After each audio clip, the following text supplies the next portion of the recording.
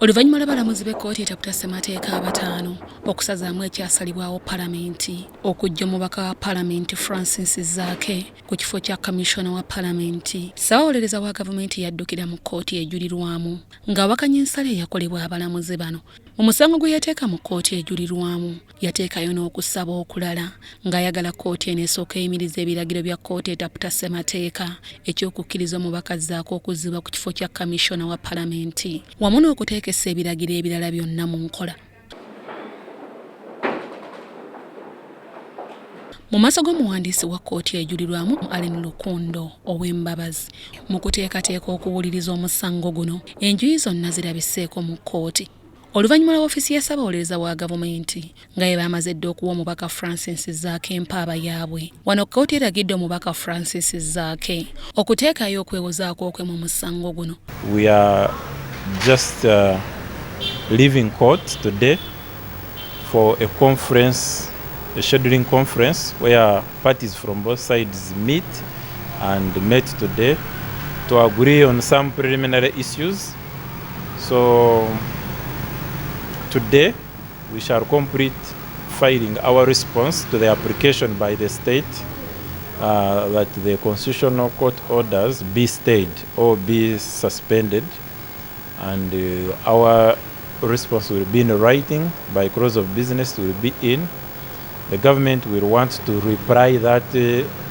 from our side, and they will do so on Monday. And on Monday, the registrar will forward the court to the bench, the constitutional court bench, and we shall wait here from the constitutional court bench on when it will fix the two applications for stay of execution will be heard. And we shall obey we shall be ready. We should be ready in 2 weeks' time to urge these applications. And we have indicated to our colleagues on the other side, but we have noted that our client is being harassed by multi-pronged proceedings from multiple organs of government. He's here in court, and yesterday he was in parliament. Yesterday, but one he was in parliament, and next week, but one will be in parliament through adjudication and investigation. So he's being torn apart. Our client is being torn apart by proceedings from various government agencies, and the culmination of that, the total sum effect, is that wano kkooti eragidde woofiisi ya ssaabawolereza wa gavumenti okussaayo okwanukula ng'ennaku z'omwezi 13 omwezi ogw'Ekkumi omwaka 2023 ng'oluvannyuma omusango guno gwakuwulirizibwa abalamuzi b'ekkooti ejulirwamu mu bujjuvu. Mu musango guno ssaabawolereza wa gavumenti awakanya byonna ebyasalibwawo kkooti etaputa ssemateeka okukkiriza omubaka Zaake okuddamu okubeera kamisona wa palamenti n'okutuukiriza ebiragiro ebirala byonna ebyalagirwa kkooti eno. Kyagamba nti senga kino kinaakolebwa kijja kutaataaganya okujulira kwe baateeka mu kkooti. Saying that we are trying to enforce a constitutional court order, so they are saying the constitutional court order should be amended or suspended. They don't want orders from the constitutional court. Parliament is annoyed with the orders of the constitutional court, and although they promised to obey them, they disobeyed them to date, and they only asked court to change them after 30 days. Yet they should have obeyed court orders from day one. He is under immense pressure, and we hope for a respite. He needs to have a breather, because it's not proper that government functionaries from different circles descend on a client and start tearing him apart. That has an adverse impact on his health, and also compromises his ability to defend himself from the various fronts that the government of Uganda, acting as a proxy for the Speaker of Parliament, is trying to witch hunt him. The witch hunt started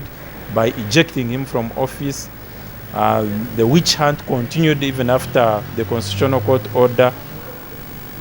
cleared him, and the Speaker defied the Constitutional Court, as you all are aware. And after 1 month of defying and holding the Constitutional Court in contempt, the Speaker awoke and instructed the lawyers to put in stay proceedings, which they have put in, and which we are trying to respond to, and a lot of pressure as he's torn between defending court proceedings and parliamentary proceedings, which are also multiple. They ask him why he spoke this, why he's speaking up for political prisoners. So our client is being stopped from enjoying his freedom of expression. They don't want him to talk about political prisoners, yet that during the last presidential elections, many people were killed, many people were disappeared, many people were kidnapped, many people are still under illegal multiple detention, incommunicado detention.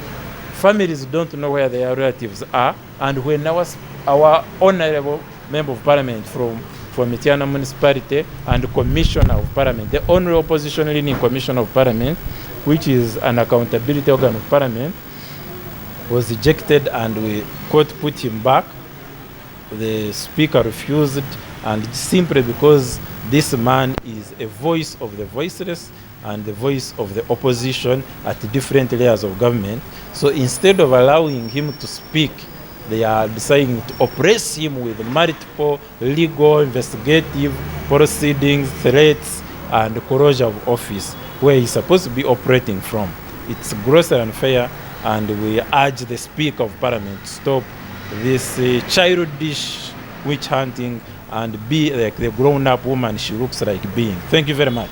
Jevuddeko mubaka Francis Zaake yagenda ku palamenti n'ekigendererwa eky'okuyingira woofiisi ye nga kamisona wa palamenti, wabula yalemererwa oluvannyuma lw'okusanga ofiisi eno ng'anzigale. Zino wamu n'ensonga endala Ssaabawolereza wa gavumenti mu kkooti ategeezezza nti ebikola by'omubaka Zaake biba bityoboola okujulira kwe baateeka mu kkooti eno. Following the constitution is a threat to some government functionaries, including the Speaker of Parliament. They don't want anything to do with the law. They don't want anything to do with the constitutional court orders. They don't want any lawyers to write to them. All they know is bullying everyone around, including members of parliament, and gagging them and stopping them from speaking. Effectively, the speaker has put a gag order on our client, but we are, of course, defying that nonsense because it is illegal and militates against freedom of expression. There is the very idea that she perceives a letter from our client's lawyers as a threat is childish, is unwise, and should stop. She needs to obey the constitutional court orders. She needs to let him access his office, and she needs to stop harassing him with multiple proceedings. If someone speaks about political prisoners, free them. I retaliate the message that political prisoners should be freed. There's no point. If someone speaks about torture, what's the problem with that? That is Zaake's crime. Speaks about torture, speaks about political prisoners, and says that I am the opposition voice in this commission of parliament. And those are threats, of course, to corruption. Those are threats to dictatorship. Those are threats to lack of rule of law. And I think it is a happy threat for our clients to be a threat to dictatorship, to disregard the rule of law, to lack of constitutionalism, is a threat that is not only good for our client to be, but it is also his constitutional duty, not only as a member of parliament, but as a citizen of this nation. Parliament is the ark of democracy. They just need to grow up. Bino byonna ebigenda maaso olwaleero biraga obulimba okuva mu parliament. Wiiki ewedde oba weeks 2 emabega lwetwagenda mu parliament nga twagala tulabe oba parliament yagondera etteeka orders okuva mu constitutional court eno gye tulimu olwaleero. Twasanga office nsibe mwenna mwakiraba ng'ebisumulizo tekuli, era twatuukaawo ne batugamba nti ebisumulizo biri mu wardrobe ya speaker yabitwala ebya office y'obwa commissioner. Naye mujjukire nti omusango no bali bagusala abalamuzi 5 bonna bakkiriziganya, era ku balamuzi abo 4 they addressed me as a commissioner of parliament. Ne bagamba commissioner Zaake nga bo kuva order yakolebwa ndi commissioner biri bye banzijawo nga babikoze eki babikwashinze nga babisazizzamu, era nga order ina kubanga ekolerawo immediately ne wenjogeera wano ndi commissioner wa parliament. Naye luno lutalo lonna lugenda maaso olutagenda kuggwa saawa za leero, lutagenda kuggwa kati. Lwatandikira ddala okuva president wange Kyagulanyi bwe yannonda ku bwa commissioner of parliament. Era okuva olunaku olwo abakulembeze ba parliament eyo baawulira bubi nnyo bantuuza ne banga kati Zaake bobeera mu parliament eno tolina kwambala masuuti galiko kuta bantu be baawamba. ne banga Zaake bobera muno tolina kwambala kakofiira we natuka munda Zaake bobera muno tolina kubuuliza bibuuzo binnyo kuba kati gwe ng'ejo oli opposition yegwe auditor wa parliament eno internal auditor tolina kutubuuliza bintu bingi nnyo olina tuleka n'otuwa emirembe ne tukola tusasanya ssente nga bwe twagala kati we natandika obuuza ebibuuzo ebingi ennyo accountability questions mu commission eyo ne batandika oleetawo embeera kwe kulaba speaker yavaayo namookinga nga tokya victim bemwabiraba obuzibu bonna bwatandikira kwe kuvaayo ne baleeta okuwaayiriza nti nze navumye speaker era ne bankolako mob justice kwe kunsingisa emisango kwe kujja mu kkooti wano ne mbawaabira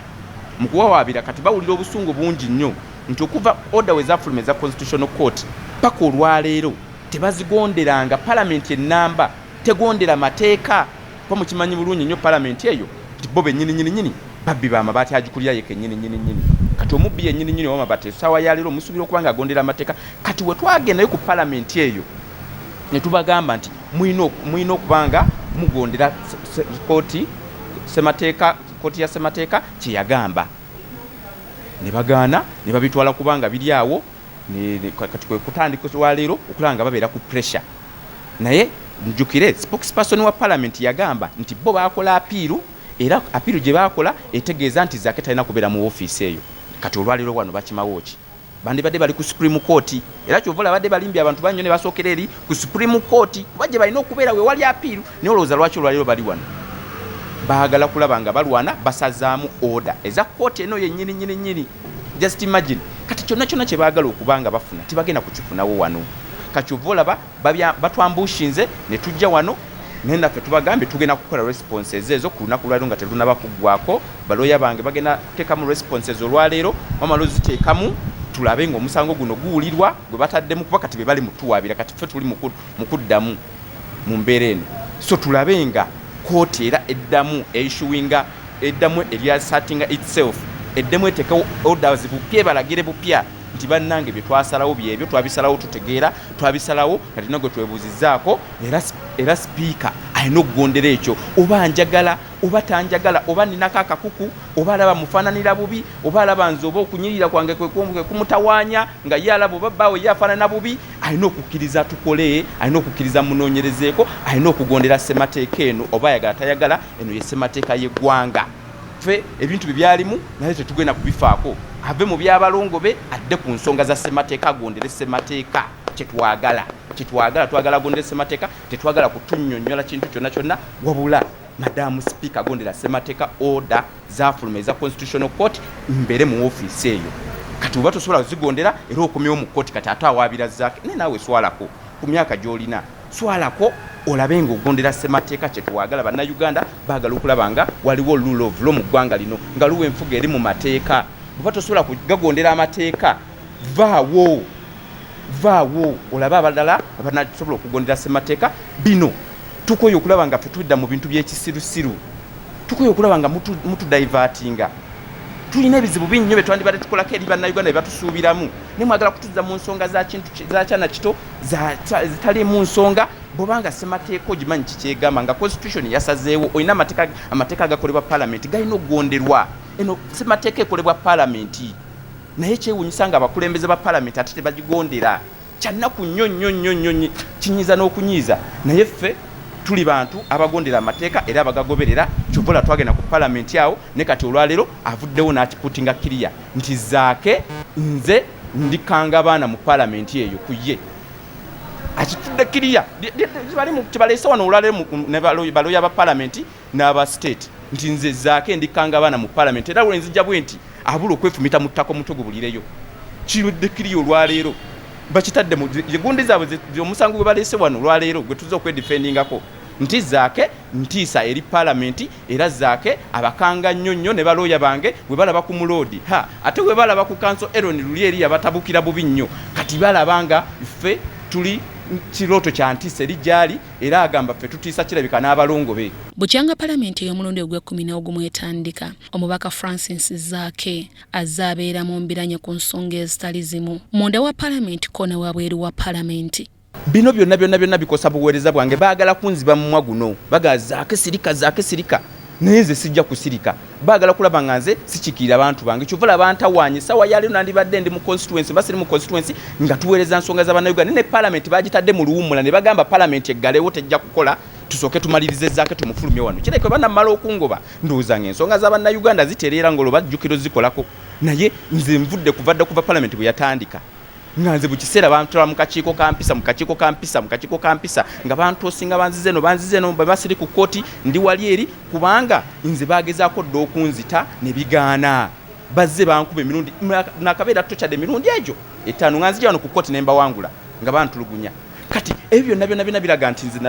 nagaana okuttibwa bangulira ne bigaana kati olwaliro bali mu kumbonyaabonya kati ovala bali mu kuteeko misango gya njawulo bwe nvaayo okwogera Zaake kati ate oyogedde bubi nnyo bwe nvaayo okugaa nti bannange ensonga zaffe muzikolekeza bannayuganda mutte abantu baffe nti ate Zaake ebyo oyogera byaki kati kino kyonna kirakiddwawo ntino this is a winch hunt kubanga n'emisango gye banvunaana ku parliament tubabuuza ani anvunaana era nazza musango ki tebasobola kubyogera kati ebyo byonna birabikibwawo nti ddala bantya mu parliament eyo kuba olwaliro avuddeyo n'agamba nti ffe Zaake tumutya Zaake okujjako mu parliament kyovala ne honorable Werakai yavaayo Kinyamatama n'agamba Zaake talina kubeera mu parliament eyo ng'atuukiriza kiri eri ekyabakulembeze ba parliament eyo ba speakers ti nze Zaake tebanjagala mu parliament naye kiba kitegeeza nti omuntu yenayina bw'oyogera amazima toyagalwa muntu yenayina bw'oyogera amazima okuba kuyita kusiwuuka mpisa olwokuba nze njogera amazima ne mbagambako ebyo bibaliko muntu bw'akugamba nti nolina akasasiro mu maaso go oyo muntu ate aba akwagaliza nze njagaliza eggwanga lino mugobere ssemateeka mbagamba muta abantu mbagaliza kubanga nze tetwagala abantu baffe nga bali mu makomera bwe mbagamba bannayuganda mubafeeko mufe ku bantu baffe naye bino byonna babikolebwa nze kati olwaleero sisobola beera mu constituency ndi bize mu bino bya makooti sisobola kubanga nkiikira abantu bange ne parliament yennyini bagiggala olw'okuba ndi mu bukiiko simanya bwa mpisa ebyo byonna olaba nga mob justice bagitaddewo ogenda olaba nga accuser committee ya parliament yennyini yenkolako accusations ate era yo kennyini bw'ogigamba Zaake kiki kye mumuvunaana agakatunoonyereze tulabe musango ki Zaake gwe yaziiza so bino ebintu bikyamu nnyo era